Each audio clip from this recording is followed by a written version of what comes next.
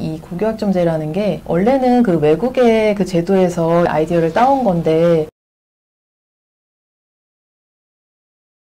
그 외국의 그 다른 곳은 어떻게 진행을 하고 있고 네네. 우리나라에서는 이 부분 중에서 어떤 것을 따오려고 하는지. 근데 이제 AP랑 IBDP에서 따온 건데 실제로 대학에서는 그럼 학생들을 어떻게 뽑고 있는지. 홍 원장님 워낙 그 이 분야의 전문가시니까 그 IB랑 AP가 있는데 네네. 그러면은 이 두 가지를 비교해서 한번 네네. 설명을 좀 부탁드리겠습니다.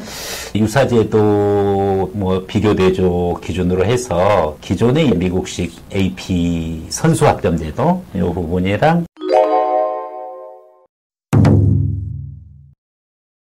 그 다음에 IB를 뭐 흔히 뭐 스위스 뭐 이렇게 언급하는데 사실은 스위스 유럽 모델 저는 이제 영국 학제에서 전체적으로 배포된 이런 구조라고 보고 있어요.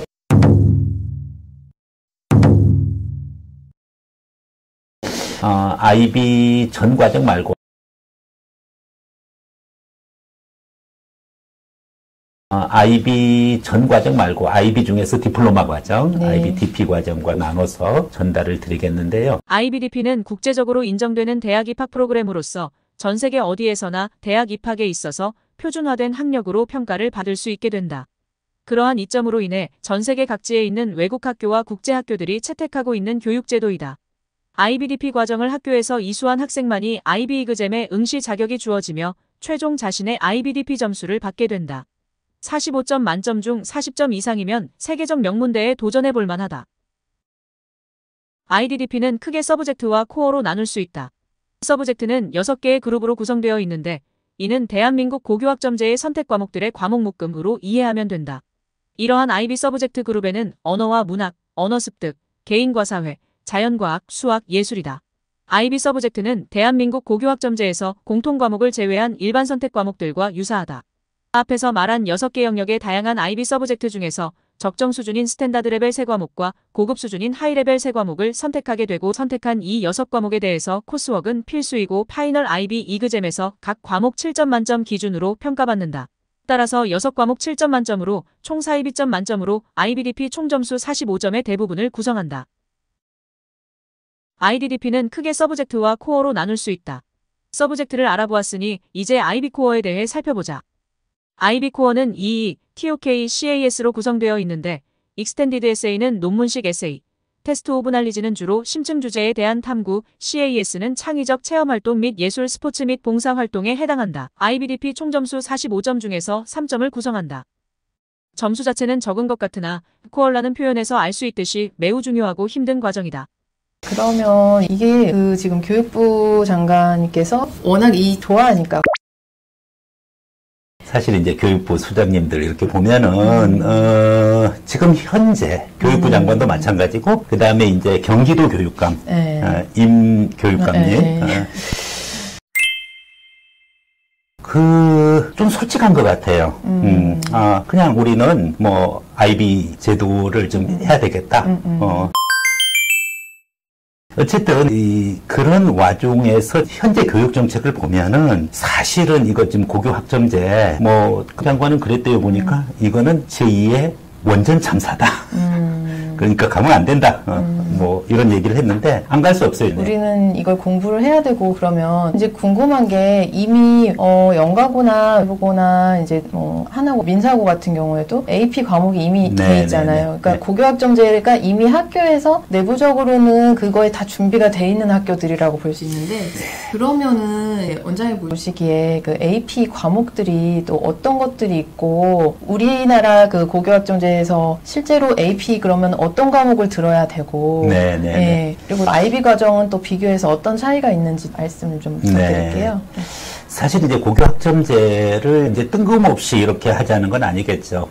이게 과연 우리나라 독창적인 것이냐, 요거는 한번 좀 생각을 해봐야 되는 요소가 있어요. 외국에서는 그럼 사례가 없었느냐, 하는 부분인데 사실은 학점제는 원래 대학에서가 학점제잖아요. 네. 근데 요 부분 것을 지금 유럽식 모델이라고 할 수 있는 이제 IB 제도랑 그리고 미국 그 학점 선수 학점제도 AP랑 이제 비교를 하면은 사실은 지금 교육부 수장들이 이렇게 곳곳에 가서 그 발언하는 내용을 보면은 아무래도 이거는 IB를 따라간다는 느낌을 지울 수가 없어요.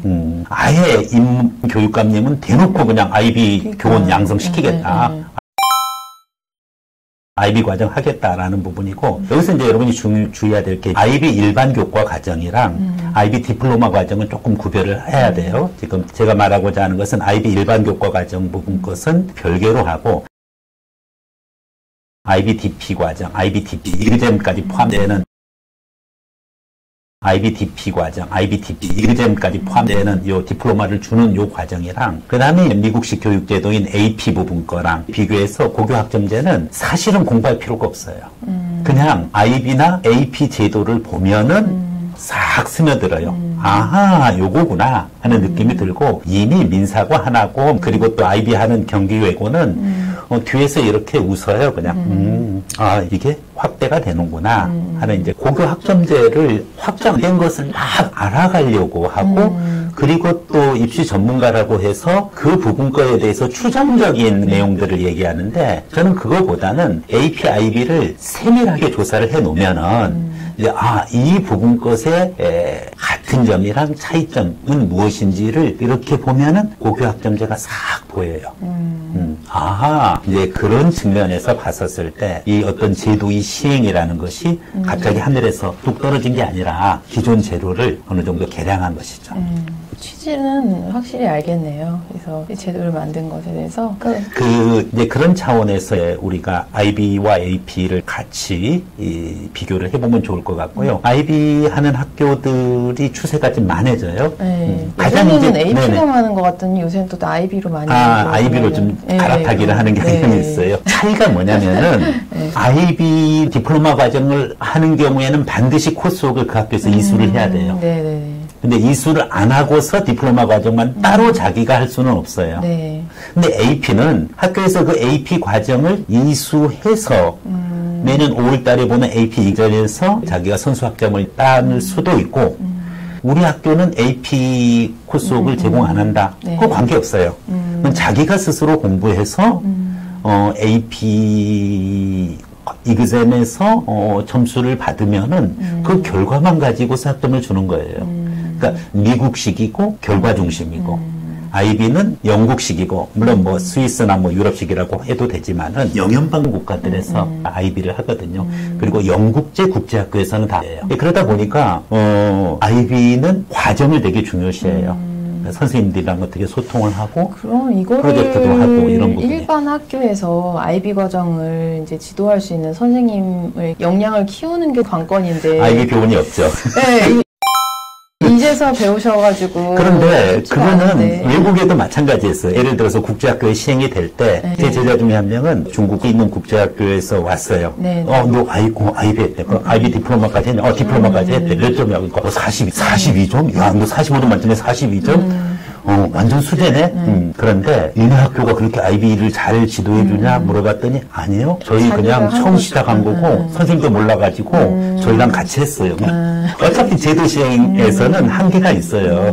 이게 또 하나의 사교육 시장을 만들어낼까봐 그게 좀 우려가 되는데 지금 초등학교 부모님들 IB가 이제 계속 언급되니까 미리 해놔야 되지 않냐. 그렇죠. 또 어떤 학부모님은 도대체 IB가 뭐야? 막 이제 이런 부분들이 있는데 사실 뭐 똘똘한 친구들은 뭐 그렇게 어렵지는 않을 텐데 IB는 7.0 기준인데 그건 이제 디플로마 과정이니까 그건 나중 얘기고 지금 현재 초등학생 부모님들은 계속 교육부 장관이 IB 얘기를 하니까 IB는 이제 학생 우리 기준으로는 예전에 수행평가 있잖아요. 이런 이제 과제라든지 부분 걸 가지고서 교사의 평가가 되게 중요시해요.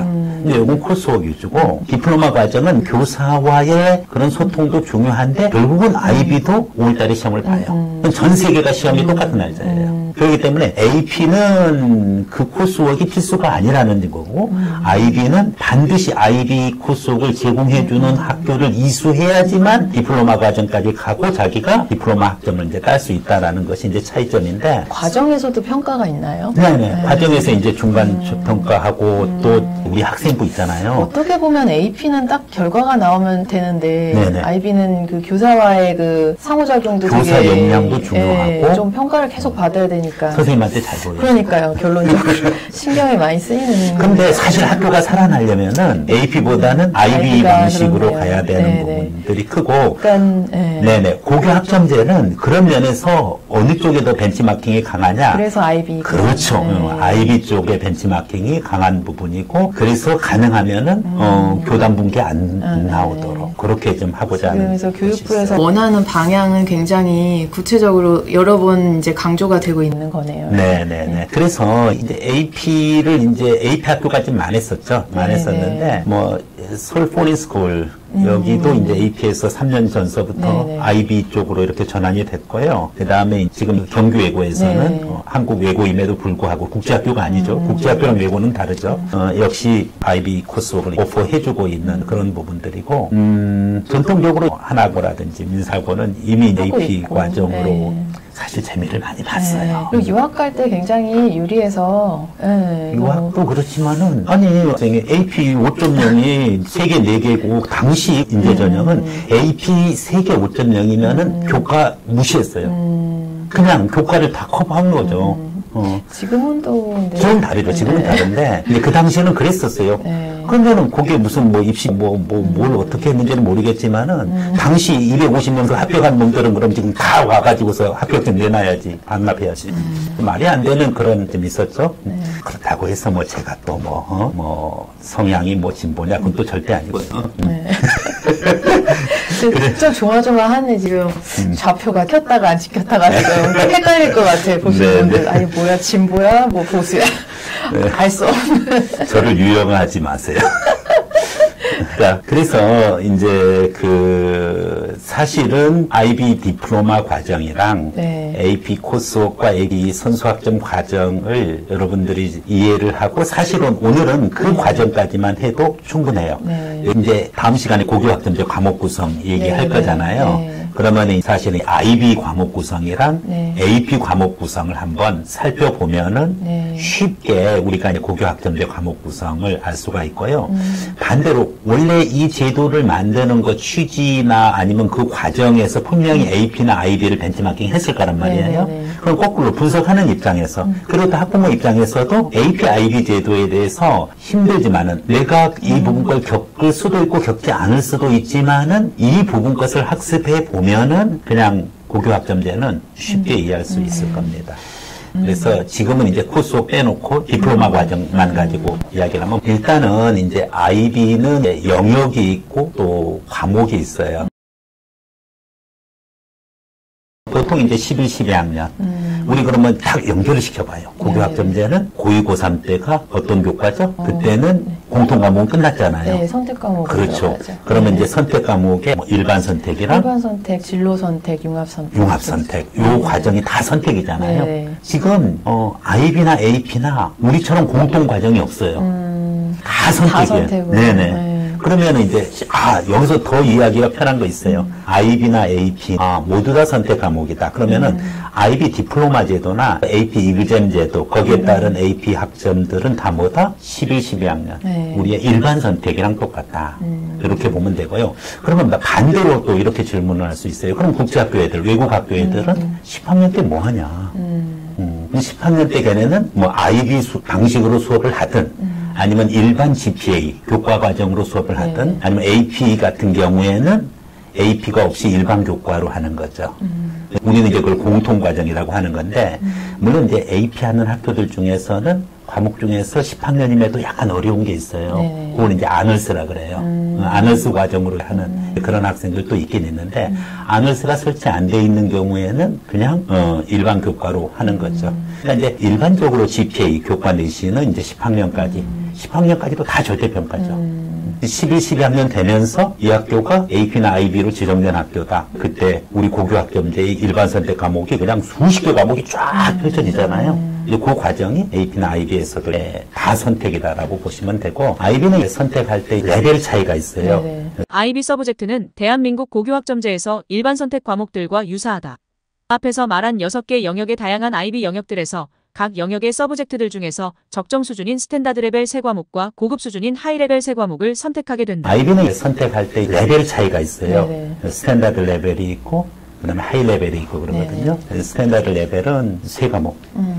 그러니까 7.0 3과목이니까 21점 만점. 그 다음에 또 하이 레벨도 똑같아요. 역시 3과목. 21. 그러면 이제 42점이 되고, 그 다음에 마지막 학년에 가서 IB 코어는 EE, TOK, CAS로 구성되어 있다. 뭐 Extended XA라든지 TOK라든지 뭐 CAS라든지 이런 1.1.1.3개에서 IBDP 총점수 45점 중에서 3점을 구성한다. 점수 자체는 적은 것 같으나 코어라는 표현에서 알 수 있듯이 매우 중요하고 힘든 과정이다. CAS라든지 이런 1.1.1.3개에서 45점 만점인데, 서울대 학교 갈 수 있는 IB 점수가 몇 점이냐? 이 질문 되게 많이 받아요. 네, 몇 점인가요? 약간 뭐 IB만 가지고서 외국인 전형으로 서울대 합격하기가 참 그렇게 쉽지가 않아요. 외국인 전형 그냥 거저 간다라고 하는데 그거는 연고대. 서울대는 달라요. 인원수도 적게 뽑아요. 근데 디플로마 했던 애들은 보통 홍콩대나 홍콩과기대 네네. 그리고 싱가포르 국립대 요런 부분들이, 왜냐하면은 요 특징이 홍콩이나 홍콩 과기대는 영국 식민지였고 싱가포르를 또 아무래도 이제 중국 계열들이 많이 있다 보니까 AP보다는 IB를 선호를 해요. 그러다 보니까 한때는 뭐 IB 커트라인이 41점. 네. 뭐 홍콩 과기대 홍콩대 아시아 1위잖아요. 지금은 약간 좀 홍콩 크라이시스 때문에 SNU. SNU는 서울대가 아니에요. 네네. 싱가포르 국립대. 아니, 홍콩에 합격했던 제자가 SNU로 옮긴 거야. 그래서, 야, I transfer to SNU. 너 서울대, 야, 그럼 봐야지, 얼굴 봐야지. 죄송한데, 싱가포르 국립대인데요. 이게 나중에 랭킹을 보니까 현격하게 차이가 나더라고. 그런데 이제, 최근에는 있잖아요. 홍콩대, 홍콩과기대도 애들이 학력이 많이 떨어졌나 봐요. 특히 코로나 그 기간 동안에는 IB를 시험을 못 봐요. 그러다 보니까, IB는 결과가 중요시 한 게 아니라 과정이 중요하다고 말씀을 드렸는데 그 과정 기간 동안에 평가가 제대로 안 이루어지는 거예요. 거기도 네네. 학력 붕괴가 있어요. 그렇죠. 네네. 그러다 보니까 세상에 막 홍콩대 과기대가 학과에 따라서 물론 다른데 약간 39점, 약간 38점. 좀 지금이 좀 틈새 시장이네요. 네. 네. 그런 학생들도 어드미션을 받아내더라고요.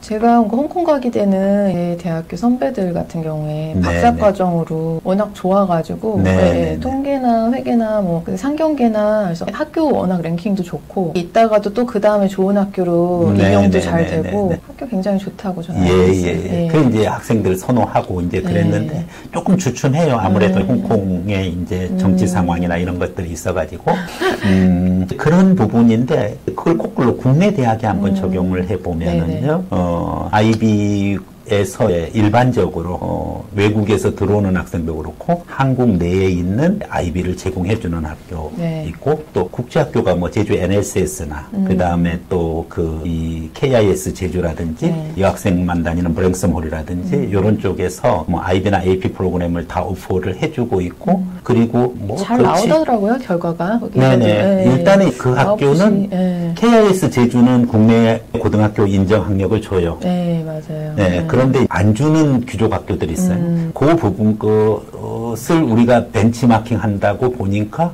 결국은 이 정부가 도대체 가는 길이 아니 세상에 그런 IB 과정을 벤치마킹해서 우리에게 적용한다? 그야말로 이거 귀족 교육 따라가는 거고 이거 완전히 사교육비 부모님들도 허리 휘청해야 되는 거 아니냐 이렇게 이제 우려를 많이 하는 것도 있어요.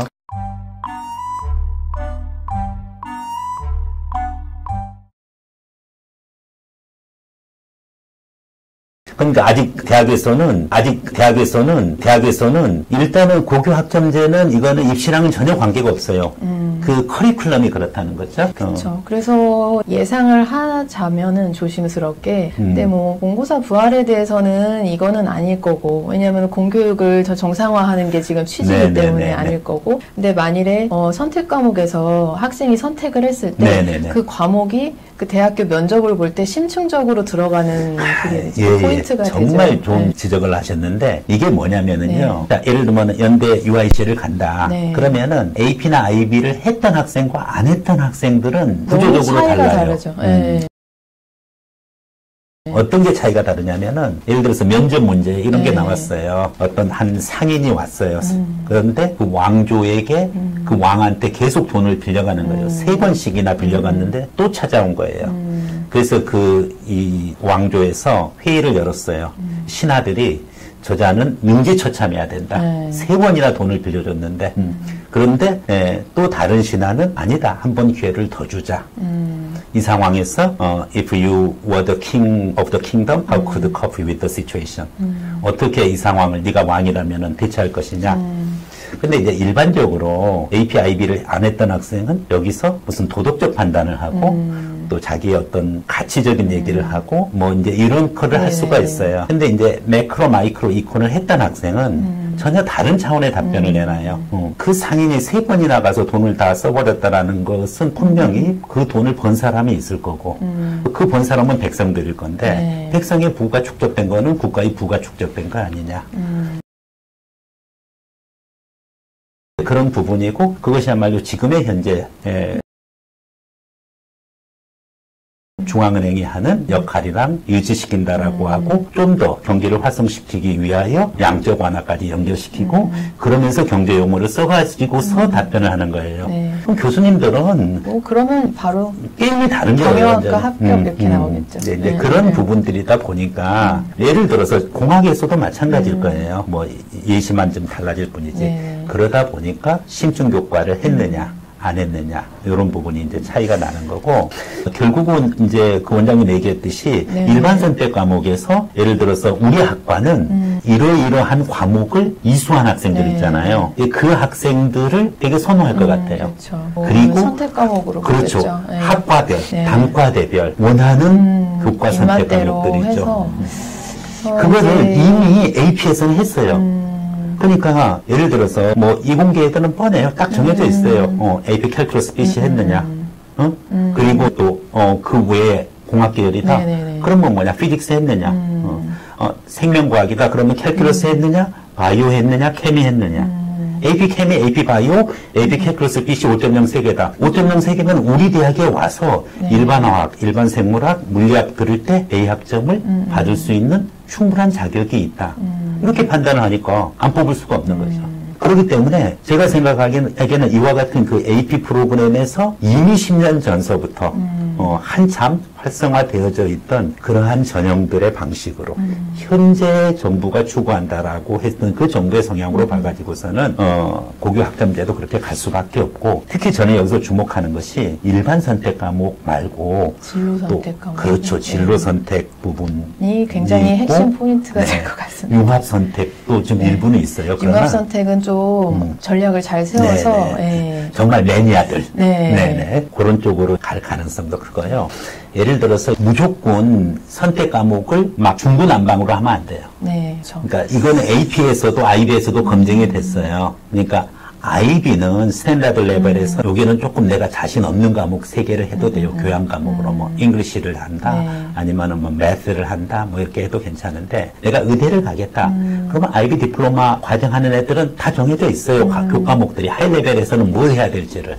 AP에서도 정해져 있어요. 뭐 의대 가는데 당연히 케미 바이오 그다음에 캘큘러스 거기에다가 또 좀 더 이제 뭐 엔사, 엔바이런먼트 사이언스 뭐 이런 교과목을 하면서 가장 중요한 게 고교 학점제의 핵심은 AP, IB가 그랬듯이 전공 적합성, 적합성 과목들을 선택을 해야 돼요. 전공 적합성, 적합성 과목들을 선택을 해야 돼요. 고교 학점제의 핵심은 과목 선택이다. 고교 학점제의 핵심은 전공에 적합한 과목 선택이다. 결국 고교 학점제는 전공 적합성 과목 선택이다. 이런 거 있잖아요. 네. 고교학점제가 시행되는데 우리 애는 자사고를 가야 되느냐, 네. 아니면은 또 뭐 특목고를 그렇죠. 가야 되느냐, 이제 네. 이런 부분거 있는데 역시 마찬가지예요. 지금 현재 그 네. 전사고에서 실시하고 있는 AP 프로그램들을 보면은 네, 네. 고교학점제를 하면서 또 AP를 할게요. 이 학교들은. 네, 네, 제 네. 생각은 그래요. 네. 그러면은 그렇게 됐었을 때 우리가 네. AP 과목별로 분석을 해보고 IB 부분 것을 과목별로 분석한 다음에 드디어 거대한 출발을 하면 될 네, 거예요. 네, 네. 고교학점제는. 알겠습니다. 오늘은 오늘도, 네. 뭐냐면은 프릴루드. 네네. 오늘 말씀 감사했고요. 예, 홍 원장님이랑 다음에도 고교학점제는 워낙 이 거대한 산이라서 뭐 시리즈로 계속 좀 심층 분석을 해야 될 것 같아요. 네네. 네, 오늘 들어주셔서 감사합니다. 네, 감사합니다. 예.